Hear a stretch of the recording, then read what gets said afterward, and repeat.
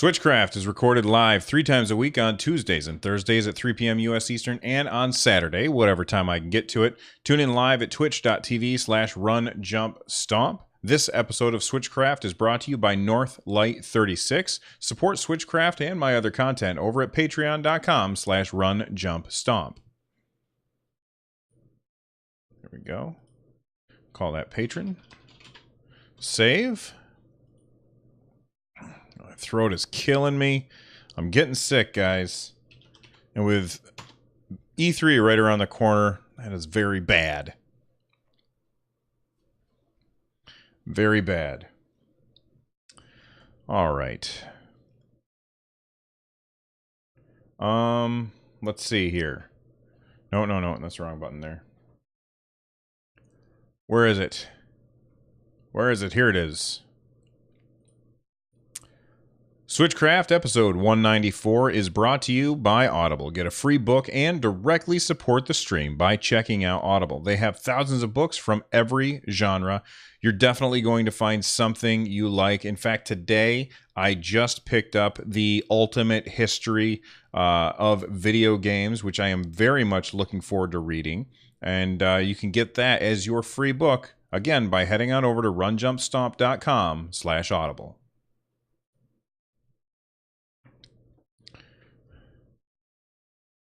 And we'll call that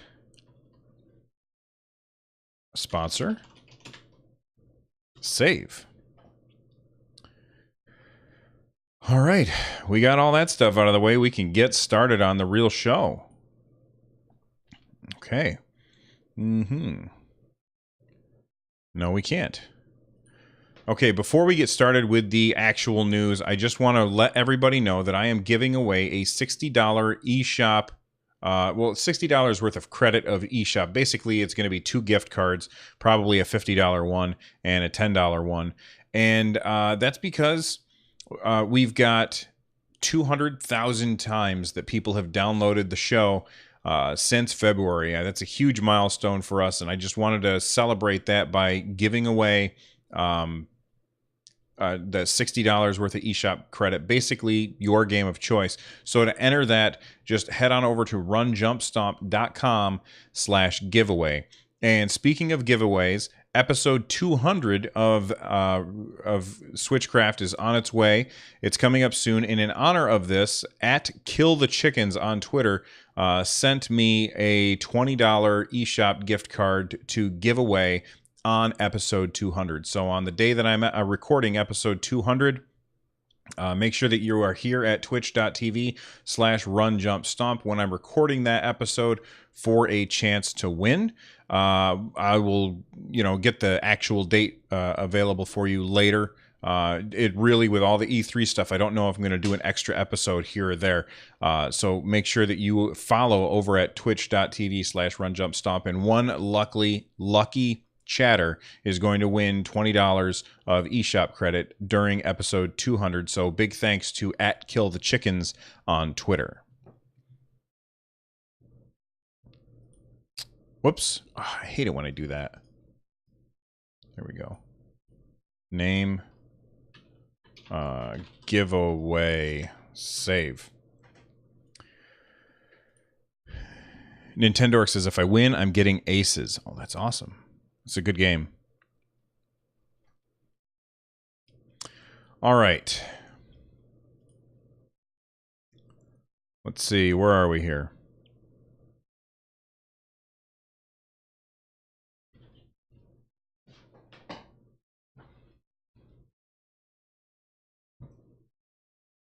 All right.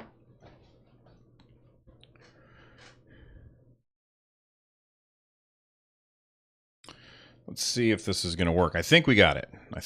No, that's tiny game. I guess I'll just go to main. All right. Our first story today is that Nintendo has finally updated the eShop. Now, I have not had a chance to look at this yet. It happened last night while I was sleeping, and then this morning I was too busy to look at it, and then I was at work all day long, so I haven't seen it yet. So I'm going to bring it up right now and take a look at what it looks like. If you're watching the YouTube version, you'll obviously be able to see it, and if you are watching it live, you'll be able to see it. But on just the audio podcast, I will be describing my thoughts on the changes. So let's go all the way over to the eShop, and we'll see what it looks like. So right now it's loading, and I'm just going to describe what I see for the audio listeners. So we've got recent releases. And there's Shaq Fu right there, and I'm going to talk about that in a little bit. We've got a featured section now, a great deals section. So this is where you're, getting a bunch of, the lower price. Best sellers, which I think was already there, and then coming soon. I really, based on all of the articles that people had posted that I didn't get to read, I just got to see the headlines because I was very busy all day. This really is not very interesting to me. I don't see much going on, but if I go into featured, let's see. It's weird that Xenoblade Chronicles 2 is featured, and that game came out forever ago. Res TV in chat says, so you can filter out retail releases. So if I go to recent releases, maybe under search, other search filters, here we go.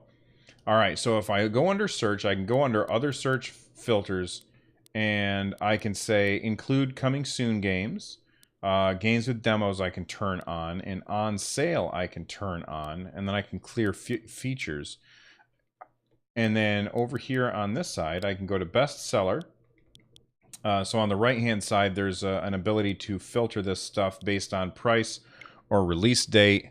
If I go back over to best sellers, and oh, that's kind of cool. So under the best sellers thing on the left, on the top, we've got either all games or download only games, which that's actually pretty interesting. Although looking at the two sections, like they are identical, that's really surprising to me. But Bloodstained Curse of the Moon is #1. Wizard of Legend, which I've heard a lot of good things about, is #2, and it of course has the prices on there. And there's Ikaruga. So overall, I think that it's a welcome change, but I still think that Nintendo could do more to make it a little bit better. And let me shut off my Switch now. See if I did it right. I did. Okay. I still think that they could do more to make it better. Fisto points out that Legacy Collection 1 is not download only. So yes, you could go into a store and get that. That is a very good point, but that was on the list. So that's very interesting. I was really hoping that what we would see is that Nintendo would have implemented their user ratings thing. And they didn't do that. Res TV in chat is saying that it didn't seem to be changing for me when I was going between digital only and physical as well, but it was working for them. I think that as far as changes go, I think this is a step in the right direction. I do like that it gives independent developers who can't afford to publish a game physically, especially with the price of cartridges, I think that it gives them a little bit of a leg up so that they're not on the same screen with these giant behemoth games. Like you don't want to see Soccer Slammers by Atui. You don't want to see that on the same screen with the new FIFA game, because people will look at that and they'll say, well, FIFA looks much better. Or maybe you do, because maybe you look at the new FIFA game next to, so there's a couple different ways to look at this.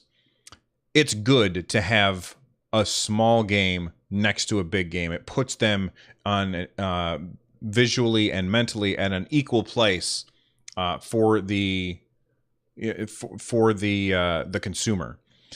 However, if they're next to each other, it's oftentimes the smaller game will get overshadowed by the big game, especially because the bigger game will be much more popular.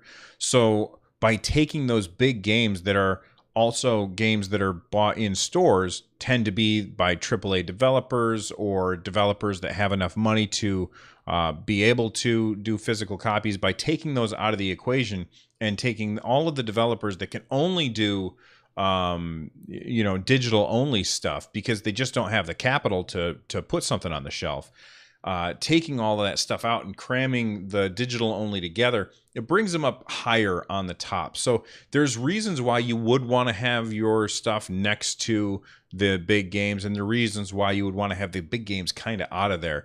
And it's good that Nintendo is giving us both ways to do that. I just really was hoping that when I logged in, that it would have the user reviews of the games. For those of you that don't remember, a while back, Nintendo had started opening up on the website the ability for you to start rating the games that you've played on the Nintendo Switch. You would give it a star rating, and you could even say what you thought about it and the different parts to it. Like, I thought it was good for this, and I didn't like that. And I thought that was a really good thing, but then they took it down, and we haven't heard anything since. And I was hoping to see that today, but I guess not. TF Wagner says, I don't like ratings unless they keep refreshing them with each update to the game. TF Wagner, that is an excellent point, and something that I think would be a really, really good thing. Let me turn that down. Something that would be a really, really good thing for... I think that happens right now on iOS, where developers... Like, anytime I go to look at the reviews of a game or an app on iOS, it usually says this is, only has reviews for the most recent version. That's a really, really good point, TF Wagner. And a big thank you to SuperGamer16 for joining the Secret Squadron and subscribing here on Twitch with Twitch Prime. I appreciate it. Thank you very much. All right, so let's move on. Hey, thank you so much, Super Gamer. I appreciate it. I really do. Where's my hat? For those of you that don't know, this is the hype hat. And I put on the hype hat whenever somebody tips or subs, and I put it on, and I give a little Secret Squadron salute.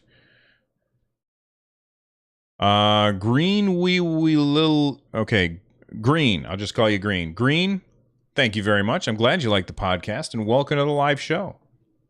Don't forget to hit that follow before you go. All right.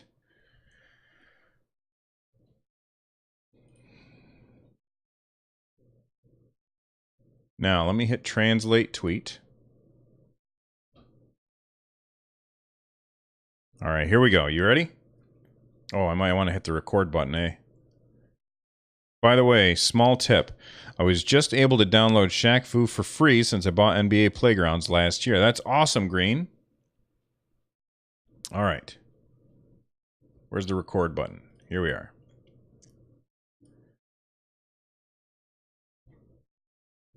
I can't remember what I was going to say. Oh, yeah. Okay, here we go. Well, we finally have a name for Nintendo's Direct and a specific time for when it is happening for the E3 announcements. And this was tweeted by @Nintendo, so this is their Japanese account. And translated, it says, Nintendo Direct E3 2018, which is the title of their Direct, will be broadcast from 1 a.m. on Wednesday, June 13th. That's for, obviously, Japanese time zone. So if we want to know when that is, we'll have to throw that into a time zone converter. And hopefully somebody in chat will do that right now. Because this, I saw this on the news like right before the show started, so I didn't have time to do that stuff. So if somebody in chat could figure out what time that would be for PAX East, or not PAX East, for East Coast or for Pacific Coast. I don't care which. That would be wonderful.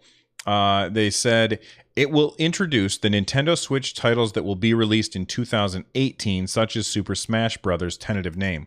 All right. So what does this mean? It means that, and we already knew this, but we should not be expecting that Nintendo will be talking about games that are coming out next year. So this is only stuff for this year, according to this, and according to other things that Nintendo has said before.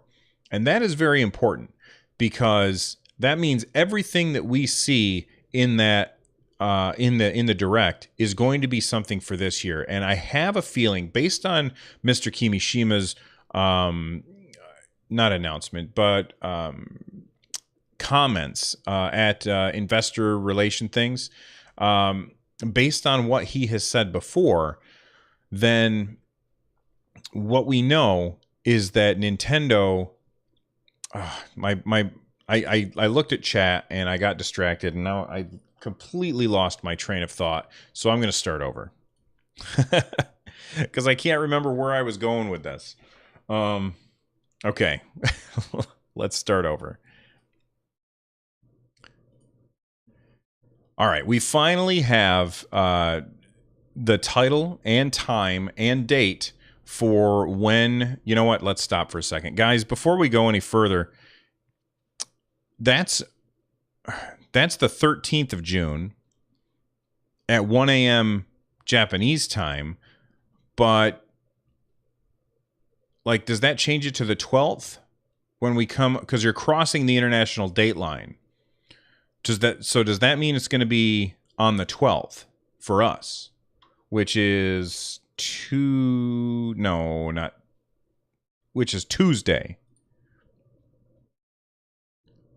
That means 12 June at 12 p.m. That's what I thought. Okay. Because we're crossing the international date line, which is in the middle of the Pacific. All right. I was just making sure before I said things. All right. Okay, I guess take 3 is what we're going to have to go with. I've screwed this up twice already. So we've got a title for the Nintendo Direct that's going to happen at E3, and it is very, very plainly Nintendo Direct E3 2018. Fair enough. This is coming from a tweet by @Nintendo on Twitter. They said, Nintendo Direct E3 2018 will be broadcast from 1 a.m. on Wednesday, June 13th. Then, by the way, that's Japanese time zone, so you'll obviously have to convert it for your time zone, but chat has been kind enough to convert that for me. That means it is June 12th at 12 p.m. Eastern Standard Time. That's my time zone. Or at 9 a.m. Pacific. Okay? So you can convert to your time zone to figure out exactly when it's going to be.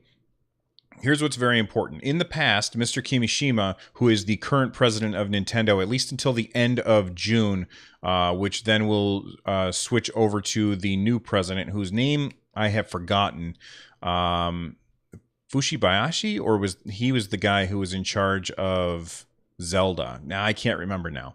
It doesn't matter right now what the guy's name is, because he's not in charge until the end of the month. But Mr. Kimishima has said in the past, look, we're only going to be talking about games that are coming out in 2018. So we should assume that anything that we see in this Nintendo Direct is something for next year. And previously, Mr. Kimishima has said that we have the ingredients in place to sell a whole lot of Switches. I can't remember off the top of my head. I think the number was 20 million. I think that they were expecting to sell 20 million Switches this year, which is just bananas. It's crazy that they're going to do that. But he says we have the ingredients in place. Now, if you look at the first half of this year, Nintendo has kind of been coasting a little bit. They released hit after hit after hit last year. They had Zelda, Mario Kart 8 Deluxe, Splatoon 2, Mario Odyssey, and those were like the big tentpole games, and then everything else that they brought together to kind of lift it up. And then the first half of this year, they have released games, but it's been a lot more third-party stuff. I'm not saying that there's not stuff to play on the Switch, but there just hasn't been as much. There was Donkey Kong Country Tropical Freeze. There was Bayonetta. Bayonetta's really more of a second-party title, though. But there was Donkey Kong Country Tropical Freeze, and there were a couple other games, but they weren't absolutely huge. There was a new Kirby game, which sold well, but I just don't think that the first half of this year really compares to how amazing of a first year that Nintendo had. So for them to come out and say, we're going to sell 20 million consoles this year, and please remember that Nintendo is a very conservative company, and they don't like to make estimations and then say, oh, we're going to have to bring those back. They don't like doing that. So for them to say that they've got the ingredients to sell 20 million, they must mean it. So what do we expect to see this year? Well, you're going to have to wait for my E3 predictions for Saturday, because that's when I'm going to be recording my E3 predictions episode. It's going to be me. It's going to be the guys from the Nintendo Pulse podcast, N64. Josh is going to be joining us. And we're going to be recording that on Saturday, and it's going to be all of our predictions and hopes and dreams for E3, and I'm really looking forward to that. But whatever it is that they've got in the bag, first off, we know that Smash Brothers is coming out this year. We're assuming that it's coming out in September alongside the Nintendo Switch Online service, and we know that we've got a new Pokemon game, although it's not a traditional Pokemon game. It's not Gen 8. It is going back to the original 150 Pokemon, and that is coming out in November, I believe. And the combination of those two things, while I think is fantastic, I don't know if it's 20 million consoles fantastic. So I think that Nintendo...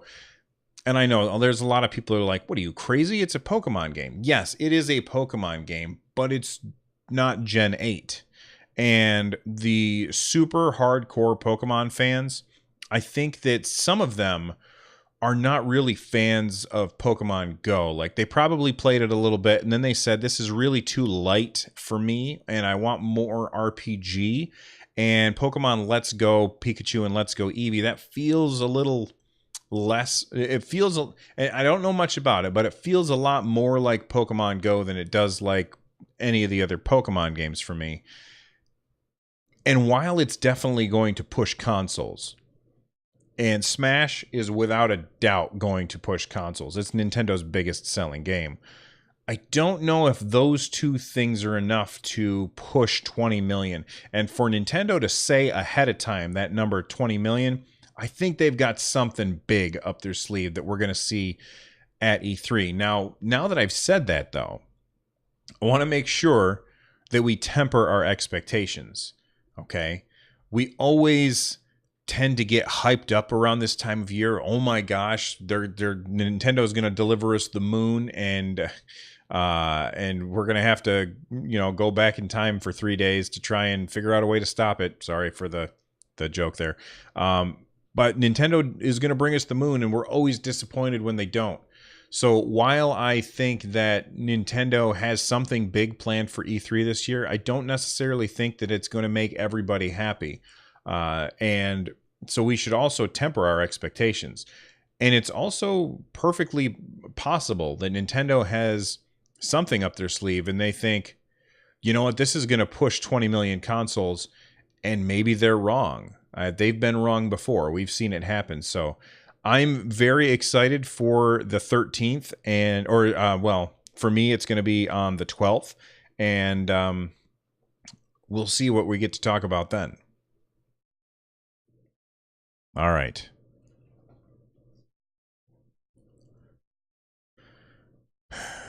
Mario Maker would be big.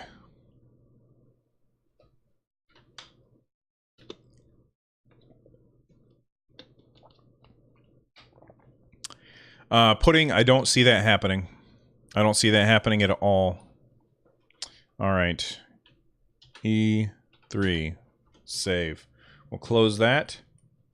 And Super Gamer, thank you very much for the Twitch Prime subscription. Hats off to you. I appreciate it. And as far as Twitch Prime, for those of you that don't know, if you have Amazon Prime, you can link it to Twitch, get free games on your PC, and then you also can subscribe to somebody on Twitch, hopefully me, but doesn't have to be. Subscribe to somebody on Twitch, and, you know, they get a little extra. So there you go. And it doesn't cost you anything if you've already got Amazon Prime. Someone just downloaded that greatly anticipated games icon and posted it to Twitter.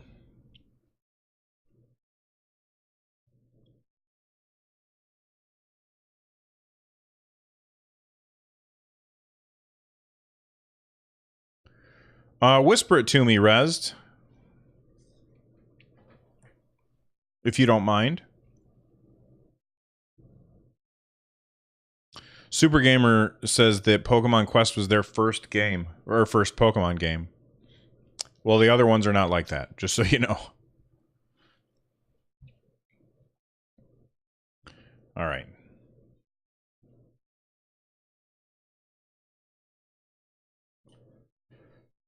Well, last weekend we played a whole lot of Mario Tennis Aces, the tournament demo. I played a bunch of it. I unlocked all the characters. My favorite characters were either Spike or Yoshi, and I'm not really sure which. Like, they both play very, very differently. I had a lot of fun with it, and last episode I posted a Twitter poll, and in the Twitter poll I asked, now that the tournament demo is here, what do you think of the game? Reply with your reasons and who you've been playing as. And the poll is now ended, and 43% said that they love the game, 2% said that they hated it, 30% said that they love it and hate the lag, and 25% were indifferent. Let's see, Julian Sharp. Actually, I read these replies last time. I didn't get any more replies, but we did get more votes since the last time.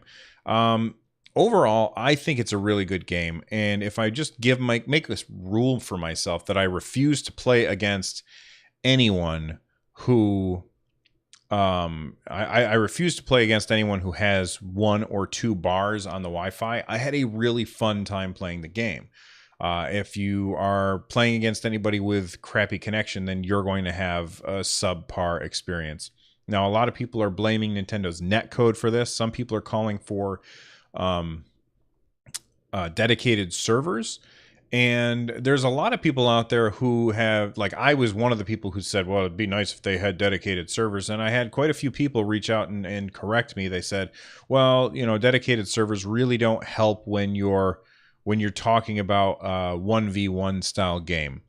And while I'm not sure if that's true or not, I'll assume that they know more than I do, and that probably they're right, and that Nintendo just needs to streamline things and make things run a little bit better. So who knows? I think the game is fantastic, and I think it's going to sell really, really well. But I also think that there's a lot of people who'd probably tried it that are not going to play it. All right.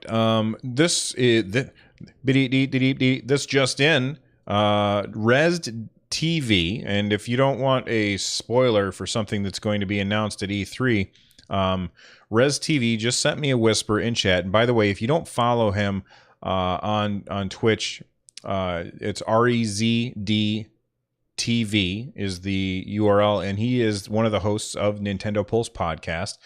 You can follow him on Twitter at Dasme, DASME. He just sent me a link to, and hopefully your guys are not going to be unhappy with this, but a link to Fortnite's icon, which was pulled from the Nintendo servers. Now, you know, it says here, this is from @SkyersM on Twitter, and they said, revealing new games during an E3 presentation, announcing new games by pushing an update for them to the eShop.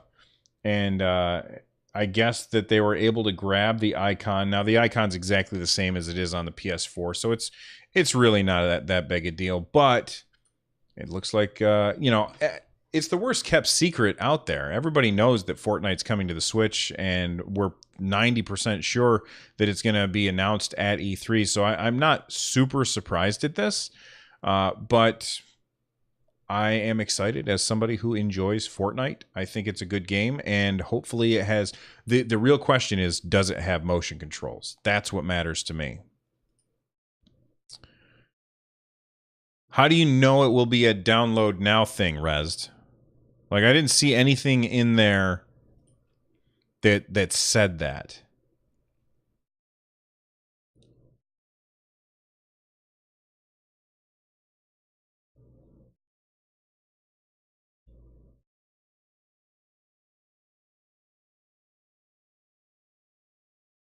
You know what I mean?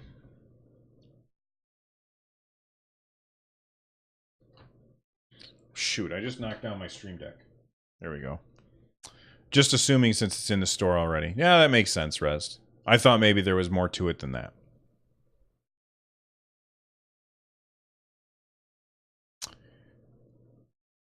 But I get review games all the time that are ahead of... Okay, so what Rez here is saying, it's not a new game, so it wouldn't be up there for review purposes.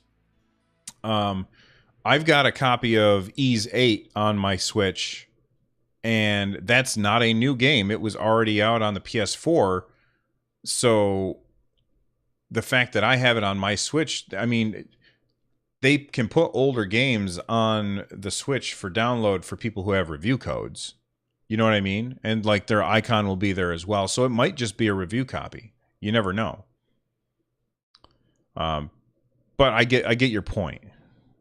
And I don't remember what I was... Oh, Twitter. Save. Hey, John's Dibs. Thank you for the follow.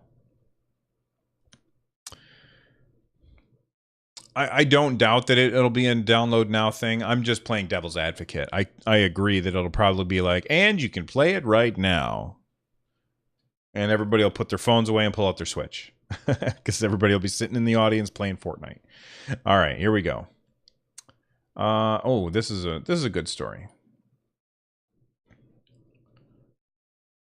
So Game Informer was interviewing, oh gosh, Asano at Square Enix. They're somebody who's been, Tomoya Asano. They've been working on, oh my gosh, what is the name of the game? Octopath Traveler for the Nintendo Switch, which I am very excited about. It's coming out next month. Super stoked. It looks like a fantastic game. And the developer has been listening to the players, which I also like. But they've been talking about Octopath Traveler, and they were asked, Game Informer asked them, what else are you working on? Or actually, they said, if Octopath Traveler does well, and this is something that appeals to fans. Oh, no, that's not it. It says, oh, gosh. Asano mentioned that the team became its own division in April. So Square Enix has decided that it wants to focus on original titles for the Switch, which is fantastic. This is something that I have been asking them to do for not Square Enix individually, but developers as a whole. This is something that I have really said about developers, that yes, we want to be able to play the same games on our Switch that we're playing on other consoles, but the Switch has its own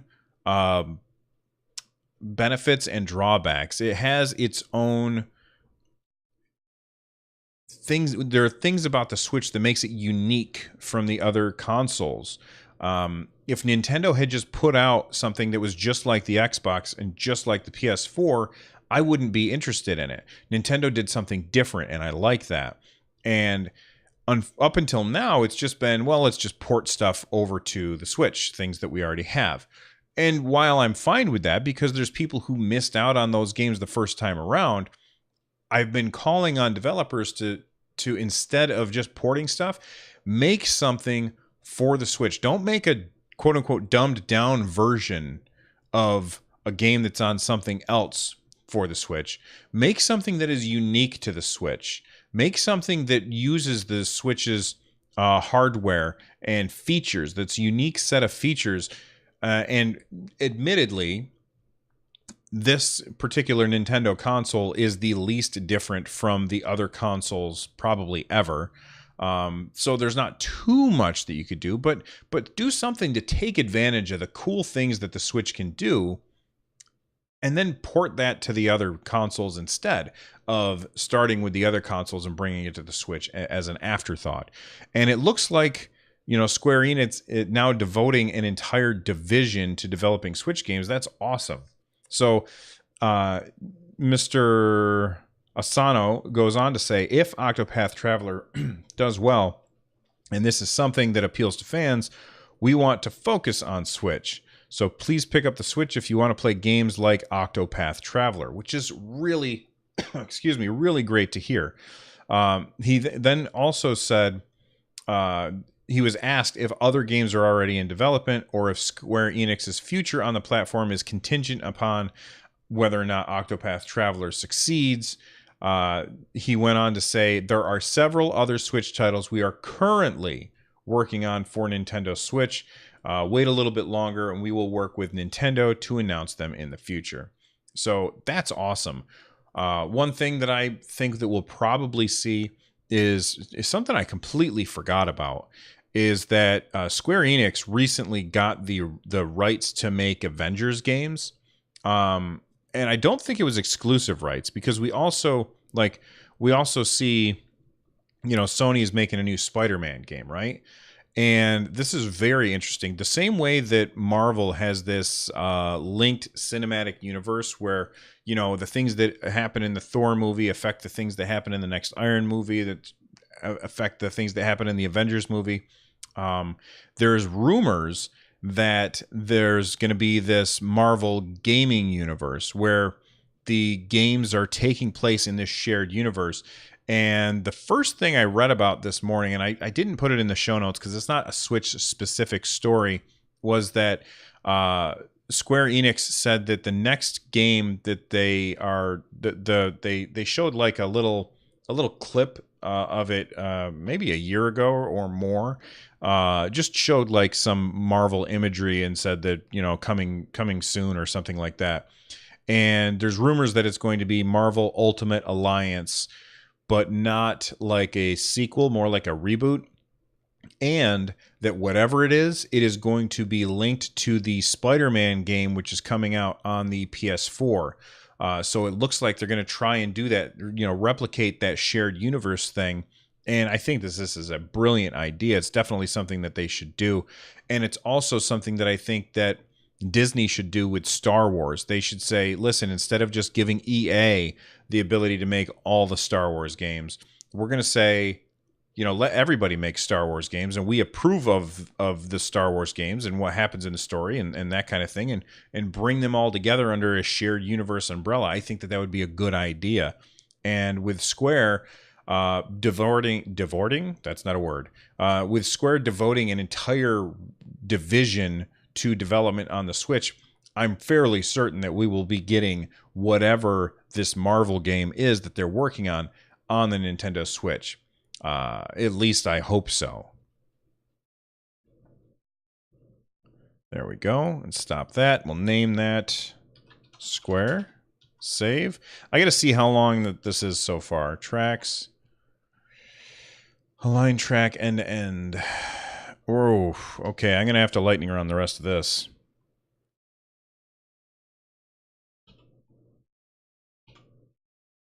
I think some game designers have to make games for the most powerful console. And I don't disagree with you there, but that doesn't mean that should be the only games that they make. They can also, rather than port that game for the most powerful console, rather than port that game to the Switch, make a game for the Switch, keep with the Switch in mind. Does that make sense? That's what I'm trying to say.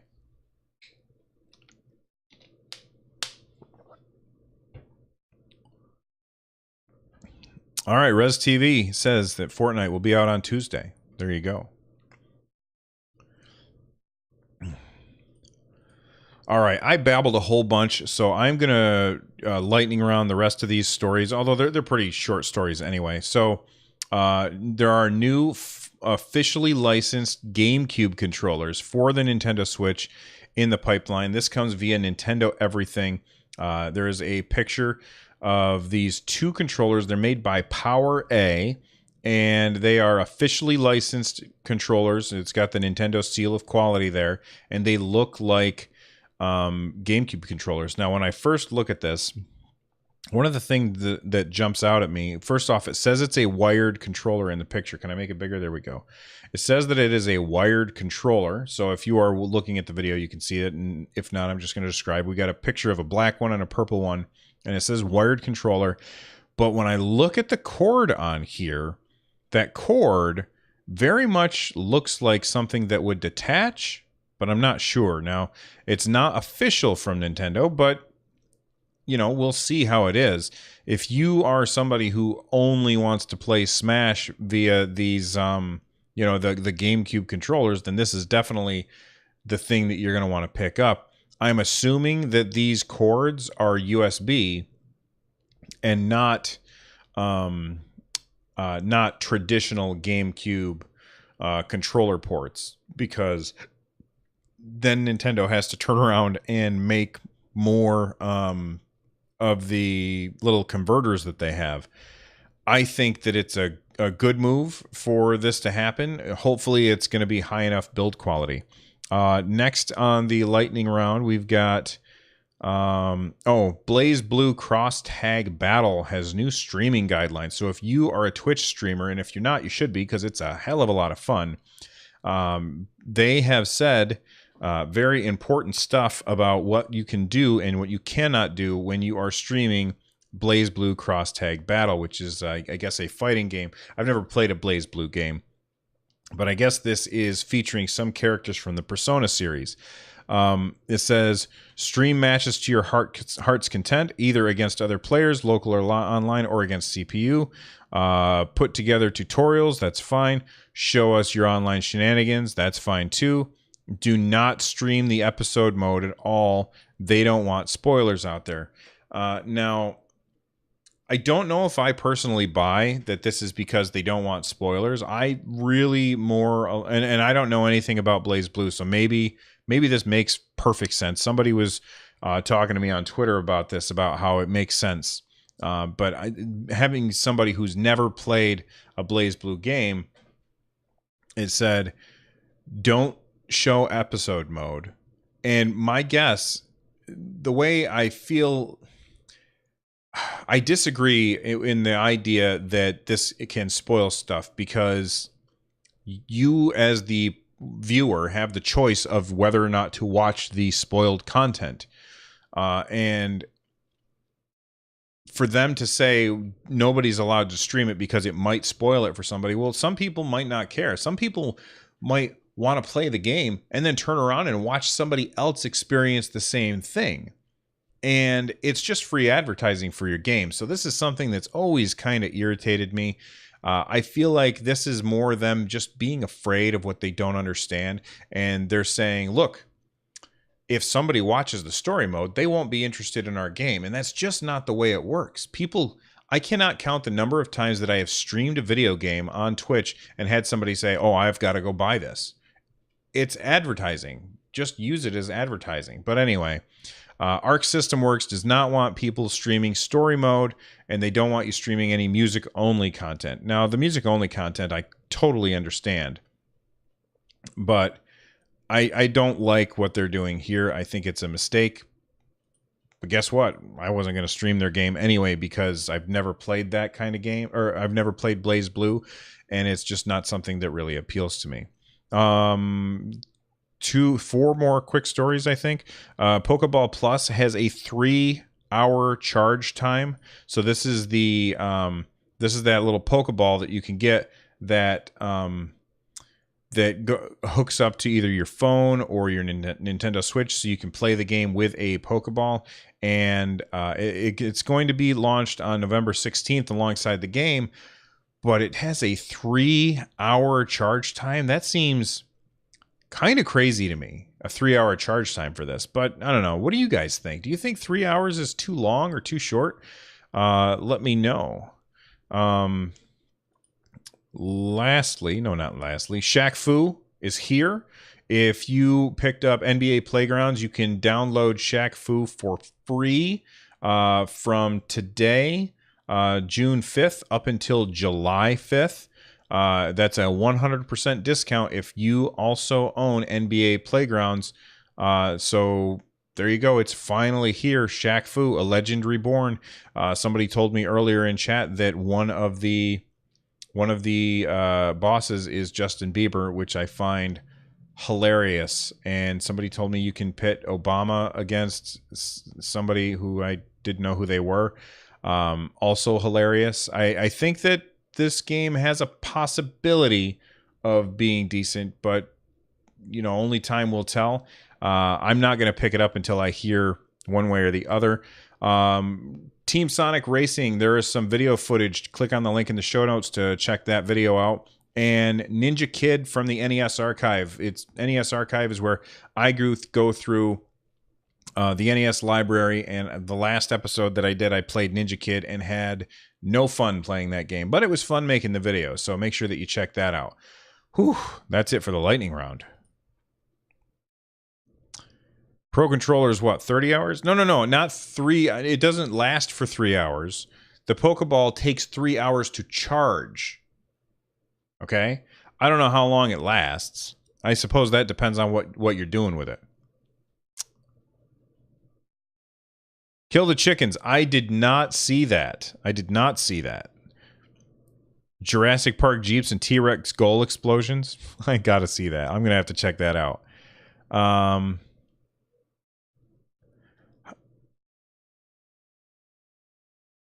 Pudding doesn't like the price of the Pokeball.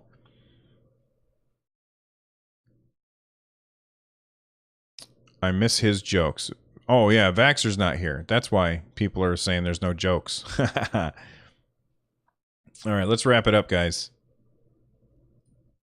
We'll go name. We'll say lightning round. Save. There's a lot of ways that you can get a hold of me. You can email me. You can get a hold of me on Twitter at RunJumpStomp. You can, like I said, email me runjumpstomp@gmail.com. You can call and leave a voicemail at 260-RUN-JUMP. Jeremy decided to email me. They said, "Hey, Bill, I was thinking recently about the Star Fox racing game that's possibly in development. While I don't think that it's the best use of the franchise, it did give me a decent idea. What if instead they added an aerial racing mode to Mario Kart 9 and included Fox and potentially one or two other characters? I feel like this could be potentially amazing fun, zipping through the skies as your favorite Nintendo character, and could stand to differentiate 9 from its predecessor as a new game and not more of the same." Jeremy S. Well, thank you very much for the email, Jeremy. I completely disagree. I personally don't think that that Nintendo should make Mario Kart 9 ever. I don't think they should. I think that from now on, they should just get rid of the 8 Deluxe, just call it Mario Kart, and have it be the same game forever and add DLC to it. So right now, we've got the Mario Kart that we are enjoying and having fun with. And when the next video game system from Nintendo comes out, they will make a Mario Kart for it. It will be exactly like it is now, and it will have the DLC that you have purchased.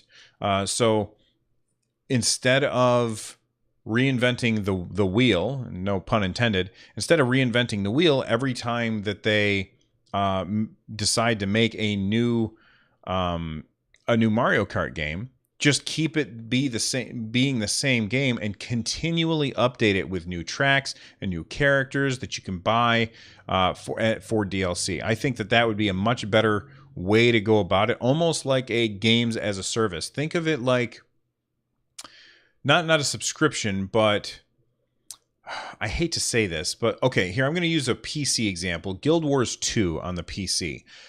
If I go out and I buy a brand new computer, I can still play everything that I've done on Guild Wars 2 on my brand new computer.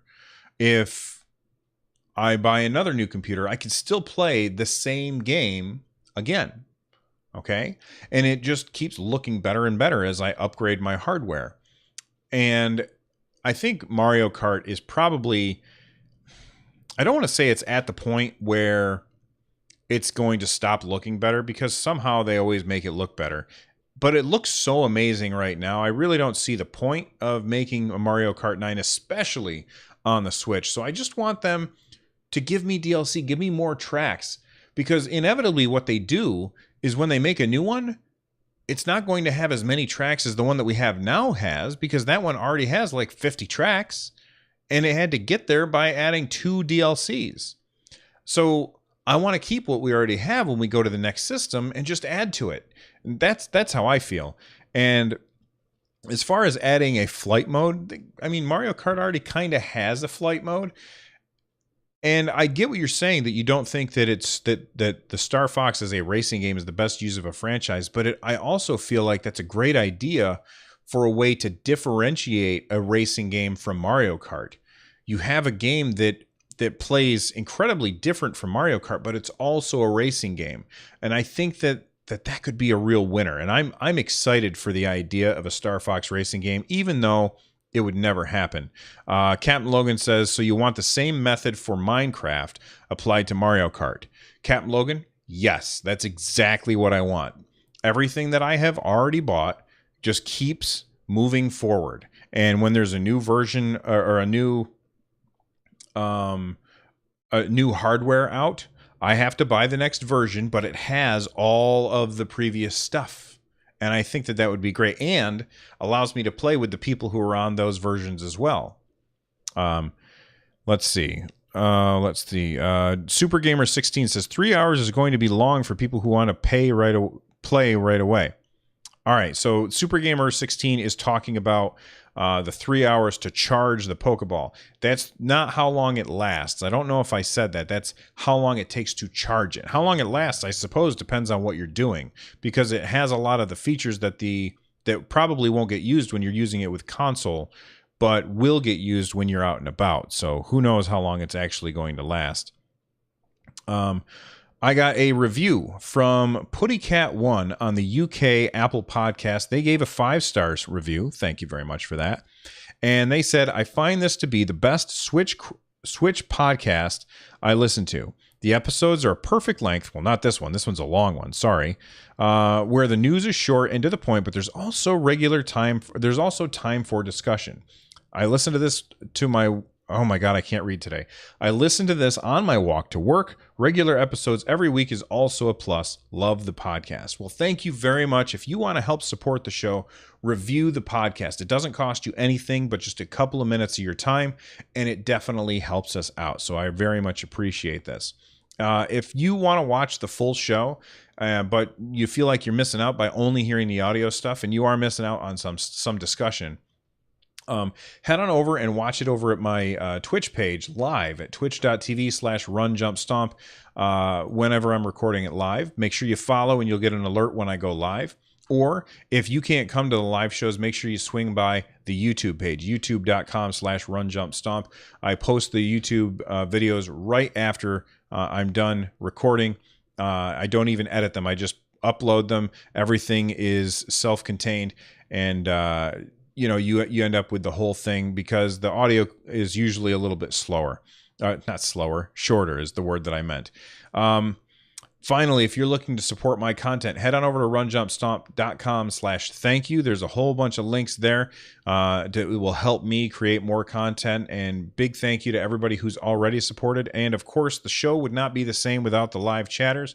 So it's time to thank them. We've got Kodiak Moonwolf, Captain Logan, Disco Dave 29, Greenwell Lil, H-Bomb and Friends, Jays O'Malley, Like Jet Ski, Link 31254, Mango Tree 93, Mr. Pokemon, Nintendork 04, Nintendork 2012, Patrick Man 85, Pudding, Resd TV, Rock Row Bears, Simple Monk, Super Gamer 16, TF Wagner, VNK, Virgo Pros, and the Lurkers. Thank you guys so much for hanging out with me. Captain Logan says, by the way, Bill used one of the sounders last episode, so I did like a pirate thing and recorded something for Captain Logan's podcast, which is called Keelhauled, and I said something about bananas probably. All right, I am out of here. I will see you guys next time. Bye-bye.